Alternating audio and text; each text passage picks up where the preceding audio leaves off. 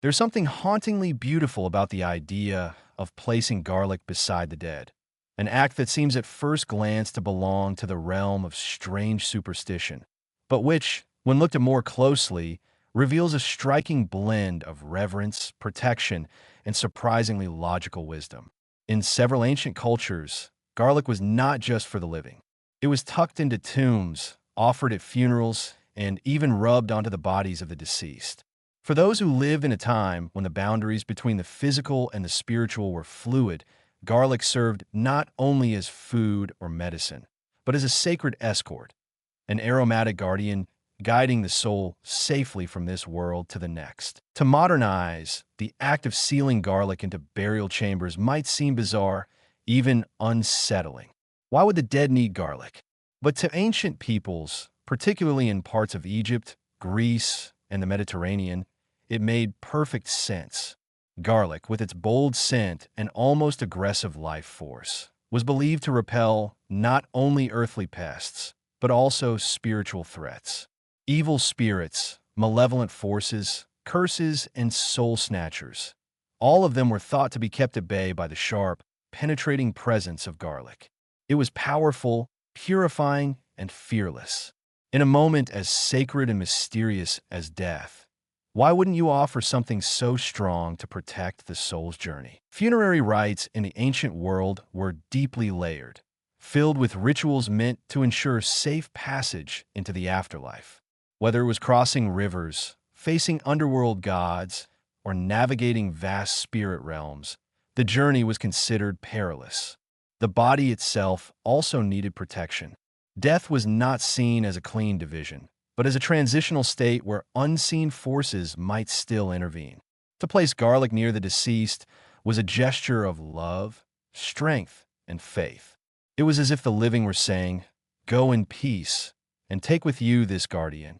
May no darkness follow you." But what's truly fascinating is that this spiritual gesture may have had an unexpected practical effect.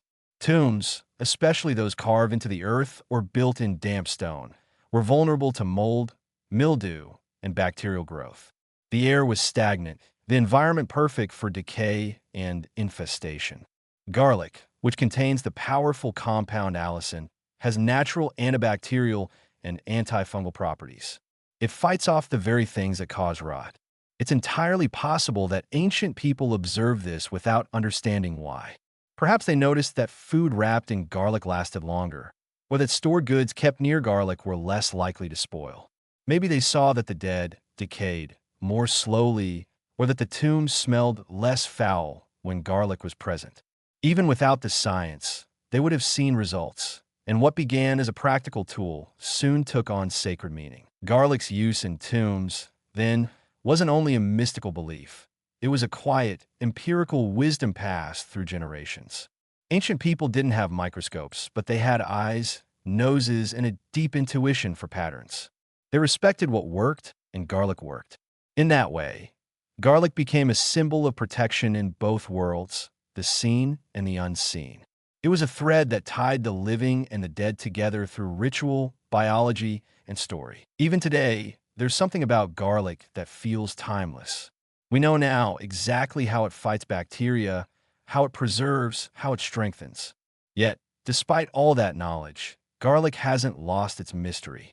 It still carries that whisper of something older, something deeper. When we peel its papery skin and crush it under a knife, we're doing more than cooking.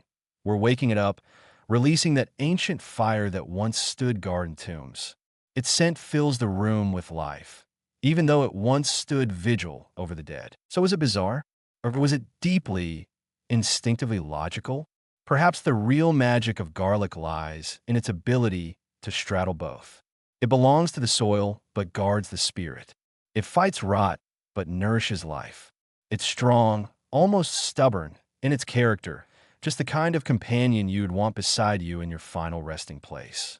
When all else is uncertain, garlic remains what it has always been, a fierce, living talisman in a world of change. And maybe that's exactly why it was given to the dead.